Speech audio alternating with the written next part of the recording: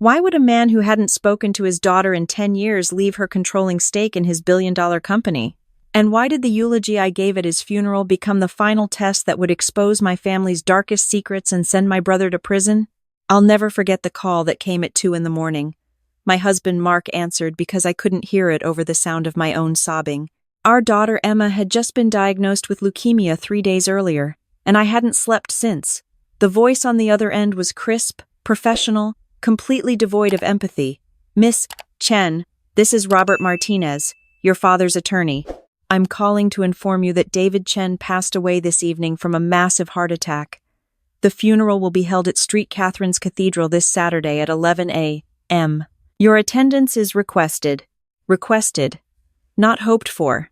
Not desired. Requested, like I was being summoned to a board meeting. I hadn't seen my father in a decade, not since the day I walked out of Chen Industries headquarters and told him I was quitting the executive training program to become a teacher. He'd stared at me across his massive mahogany desk, his face completely blank, and said 5 words I'd never forget. "Then you're no longer welcome. Not in his office, not in his house, not in his life." My brother Marcus had been standing right there, smirking behind Dad's chair like he'd already won some contest I didn't know we were having. And maybe he had. Marcus stayed. Marcus climbed the corporate ladder. Marcus became VP of operations while I graded papers and lived in a 2-bedroom apartment in Queens. Mark squeezed my hand. "You don't have to go." But I did. Not for my father, not even for myself, but because somewhere in the back of my mind, I thought about what I'd tell Emma one day when she asked about her grandfather. I didn't want to say I'd been too bitter to even attend his funeral. The cathedral was exactly what I expected. Enormous, ostentatious, filled with people in $1,000 suits who'd probably never said more than 10 words to my father that weren't about quarterly earnings or market projections. I sat in the back row, watching Marcus and my stepmother Victoria hold court in the front like grieving royalty. Victoria caught my eye once. She'd married my father when I was 18, just 6 months after my mother died. She was only 13 years older than me, with the kind of practiced elegance that comes from years of knowing exactly what rich men want to see. She didn't acknowledge me, just turned back to accepting condolences with perfect, practiced sadness. The service was everything my father would have wanted and nothing a real human being would have needed. Speaker after speaker got up and talked about David Chen, the visionary, David Chen, the business leader, David Chen, who revolutionized cloud computing infrastructure and built a company worth $3.7 billion. Not one person mentioned that he had a daughter who used to wait by the door every night hoping he'd come home before bedtime. Not one person talked about the man who missed every school play, every parent-teacher conference, every single moment that mattered because there was always another meeting, another deal, another acquisition. The pastor looked uncomfortable. Would anyone like to share a personal memory of David? Silence. Complete, damning silence. People shifted in their seats. Someone coughed. Marcus stared straight ahead, his jaw tight. Victoria examined her perfectly manicured nails. The board members, the executives, the business partners, they all suddenly found the stained glass windows fascinating. My father had built an empire, and not one person in this room could think of a single personal thing to say about him. The pastor cleared his throat. Perhaps we should move to the... I stood up. I don't know why. Maybe it was pregnancy hormones. Maybe it was exhaustion from 3 days of hospital vigils with Emma. Maybe it was the sudden, overwhelming sadness that my father had died exactly the way he'd lived, surrounded by people who only cared about what he could give them. I'd like to say something. Every head in the cathedral turned. Marcus's eyes went wide with something that looked like panic. Victoria's perfectly composed face showed the first crack of genuine emotion I'd ever seen from her surprise. I walked to the front, my hands shaking. I hadn't prepared anything. I hadn't planned to speak at all. But as I stood at the podium looking out at all those blank corporate faces, something shifted inside me. My father and I weren't close, I started. My voice echoed in the huge space. I think most of you know that. We had different ideas about what mattered in life. But there was one day, one perfect day, when I was 8 years old, and I got to see who he could have been. The lie came easily, surprisingly easily. I wanted to fly a kite. It was a Sunday in April, and the weather was perfect, and I'd just bought this beautiful rainbow kite at the corner store with my allowance. But my father had a major meeting scheduled. A merger, I think. Something important. He was already dressed in his suit, ready to leave. I could see it so clearly in my mind, even though it had never happened. My father in his perfect charcoal suit, briefcase in hand, car waiting in the driveway. I asked him if he'd come to the park with me, just for an hour. And you know what he did? I paused, letting the question hang in the air. He canceled the meeting. He called his assistant, told her to reschedule everything, and he came to the park with me. Someone in the front row, one of the board members, leaned forward. Marcus's face had gone pale. We flew that kite for 3 hours. It got stuck in a tree, and he climbed up to get it down, tore his $1,500 suit on a branch. We both sat on the grass laughing, and he said something I never forgot. "Sarah, some things are worth more than business deals." My voice cracked on the last word. Not because the memory was real, but because I was describing the father I'd wished for my entire childhood.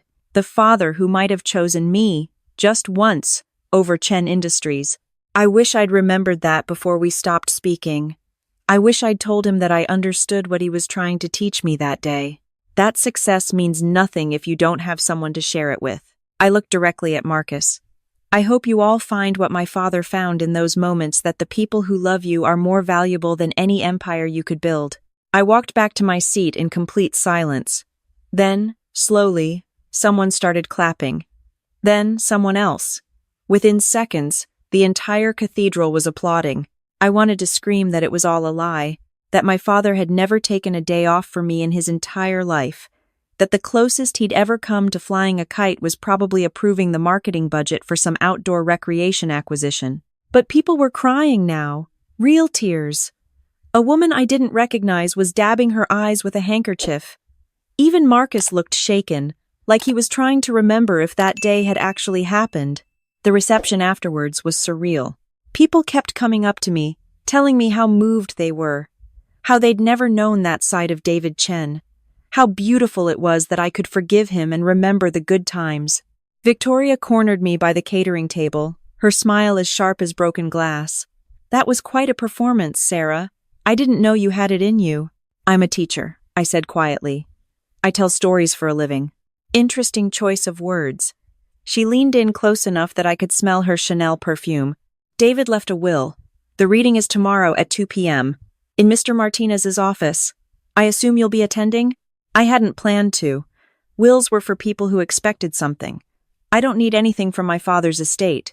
"Oh, I think you'll want to be there." Her smile was predatory. "Trust me." That night, I told Mark about the lie. He was feeding Emma her medication, our brave little girl who never complained even when she was so tired she could barely keep her eyes open.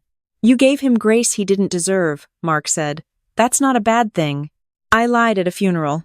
"You gave all those people permission to believe the best about someone. Maybe that's what funerals are supposed to be." I didn't sleep that night either. I kept thinking about that imaginary day in the park. The kite that never flew. The father who never came. Mr. Martinez's office was in Midtown Manhattan, all glass and steel and intimidating modern art. The conference room was packed. Marcus sat at the head of the table like he already owned the place, Victoria beside him with her hand possessively on his arm. The board members were there too, along with several people I didn't recognize. Marcus barely glanced at me when I walked in. "Surprised you showed up." "Victoria said I should." "Did she?" He exchanged a look with our stepmother that I couldn't read. How generous of her. Mr. Martinez entered with a thick folder and a laptop. He was in his 60s, with silver hair and the kind of calm demeanor that probably cost $500 an hour. "Thank you all for coming. I'll get straight to it. David Chen's will is complex, but the core distribution is relatively straightforward."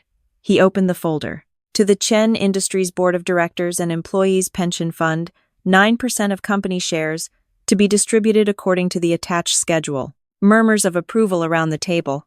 That was generous. More than generous. To Victoria Chen, his wife of 14 years, 10% of company shares, and the Manhattan penthouse, along with a trust fund of $5 million. Victoria's smile was satisfied. Marcus squeezed her hand. To Marcus Chen, his son, 30% of company shares and the position of Chief Operating Officer. contingent upon board approval. Marcus actually laughed. Contingent? They'll approve it tomorrow. The company's mine, Dad. Finally. Mr. Martinez didn't react. And to Sarah Chen, his daughter. She gets the house in Connecticut, Marcus interrupted. Or maybe the art collection. Dad always said she appreciated art more than business. 51% of Chen Industries shares, representing controlling interest in the company. The room exploded. Marcus shot to his feet so fast his chair fell over. What? No. That's not possible.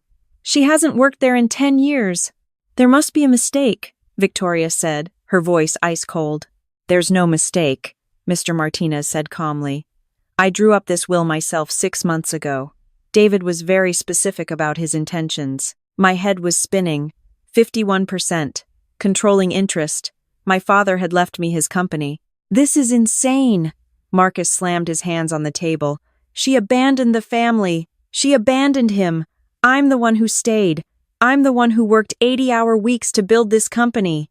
There is, however, a condition, Mr. Martinez continued, as if Marcus hadn't spoken. Sarah must work at Chen Industries in an operational capacity for a minimum of 1 year.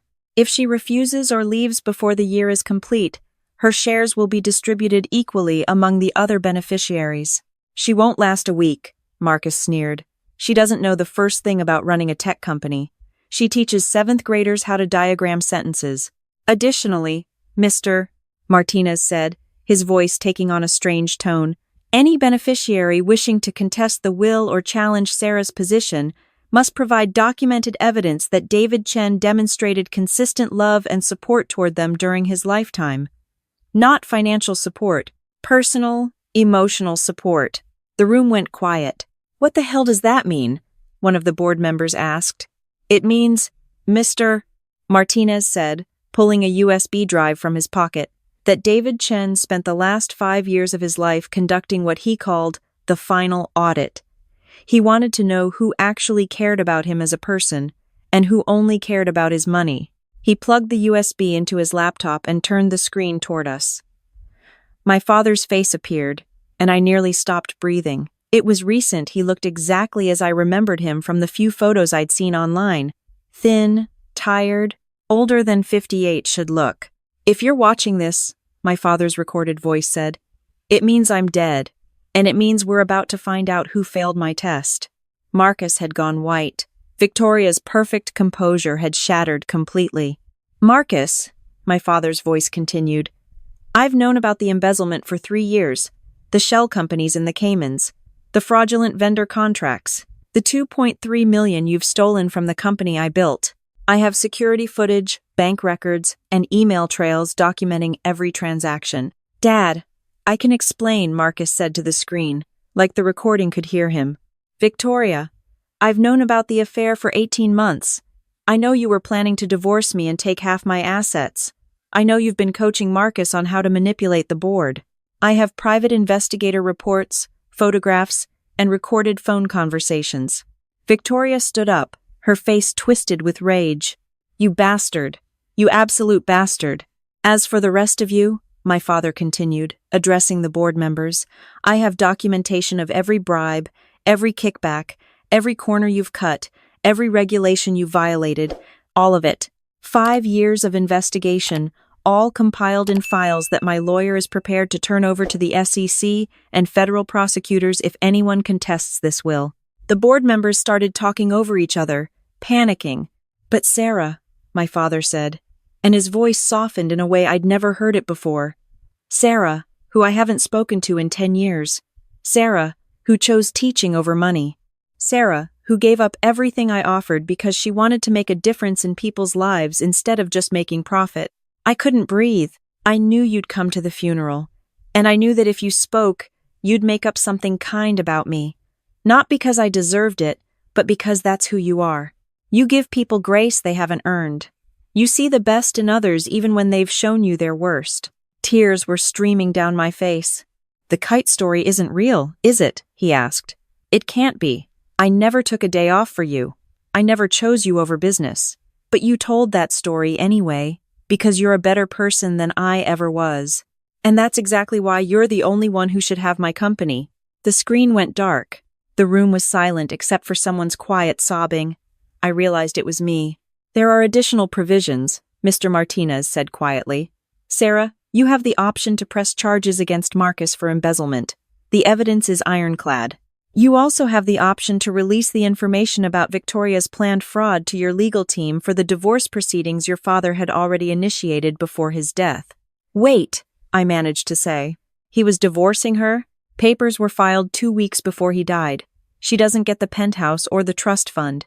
That was if she was still legally his wife at the time of death." Victoria's face was murderous.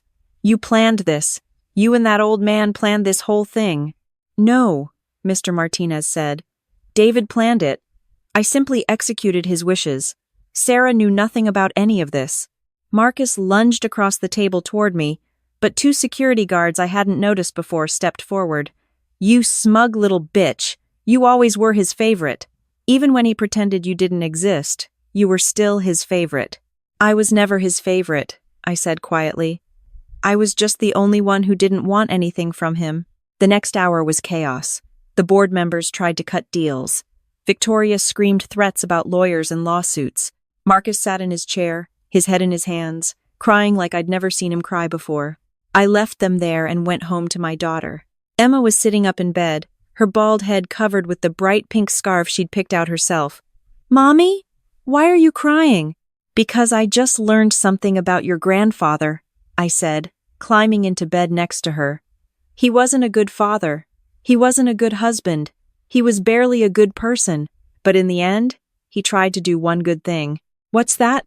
"He left me the power to choose what kind of person I want to be. Whether I'm going to be angry like he was, or whether I'm going to use what he gave me to help people." "Are you going to help people?" Emma asked, her voice already sleepy from the medication. "Yeah, baby. I am." The legal proceedings took months. Marcus was arrested for embezzlement and fraud. He pled guilty to avoid a longer sentence and got 3 years in federal prison. Victoria fought the divorce revelation but had to settle for a tiny fraction of what she'd expected when she married my father. I kept Chen Industries, but I didn't keep it the way my father had run it. The first thing I did was hire a new CEO, Dr. James Morrison, my 8th grade English teacher, the man who'd taught me that words had power, that stories could change lives, that success wasn't measured in dollars but in difference made. "You want me to run a tech company?" he'd asked, laughing in disbelief. "I want you to run an educational technology company," I'd corrected him. "We're pivoting. Cloud infrastructure is great, but I want to build platforms that give every kid the kind of education I had to fight for." We launched the Chen Foundation 3 months later. Free educational software for underfunded schools, scholarship programs for kids whose parents couldn't afford college, technology training for teachers in low-income districts. Marcus's 30% got bought out by the company and redistributed to the employees' pension fund and the foundation. Victoria's 10%, which she'd had to sell immediately to pay her legal fees, went to fund cancer research. Emma's cancer went into remission after 18 months of treatment. She's 8 now, healthy and brilliant and so much braver than I'll ever be. She asks about her grandfather sometimes. I tell her about the company he built, the people whose lives changed because of the technology he developed. I tell her that he wasn't perfect, but he tried to do the right thing in the end. I don't tell her about the kite story. That stays private. A little lie I told that somehow became the truest thing about my father. Because in that moment at the funeral, when I made up a memory of him choosing me over his business, I think I finally gave him something he'd never had. I gave him the chance to be the father he could have been. Last week, I visited his grave for the first time since the funeral. The headstone is simple, nothing like the monument Marcus wanted to build. Just his name, his dates, and the inscription I chose.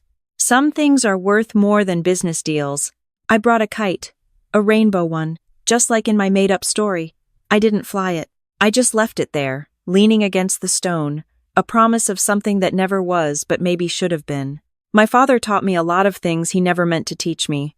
He taught me that money without meaning is empty, that success without connection is lonely, that being right isn't the same as being loved. But most importantly, he taught me that even liars can tell the truth sometimes. Even the stories we make up can show us who we really are. I lied at my father's funeral. I told a beautiful story about a day that never happened with a man who never existed. And somehow, That lie became my inheritance. Not the money or the company or the power, but the understanding that grace, even undeserved grace, has the power to transform everything. My father spent his whole life building an empire. In the end, he gave me something better. He gave me the choice to be different.